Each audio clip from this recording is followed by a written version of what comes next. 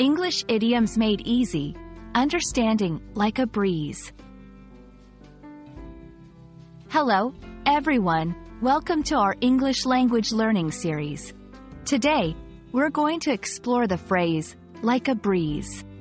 This idiom is often used in English conversations, and understanding it can really help you sound more natural in your English speaking. Let's dive in and make learning this phrase a breeze. The phrase, like a breeze, is an idiom in English that means something is very easy to do.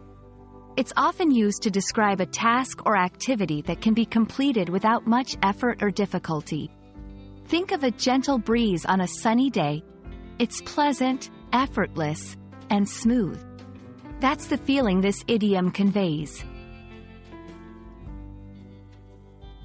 To better understand, like a breeze, let's look at some examples. 1. She passed the exam like a breeze. This means she found the exam very easy. 2. Learning to ride a bike was like a breeze for him. This implies that learning to ride a bike was very easy for him.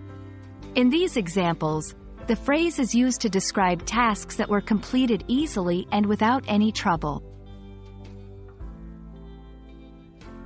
When using like a breeze, remember, it's typically used for actions or tasks.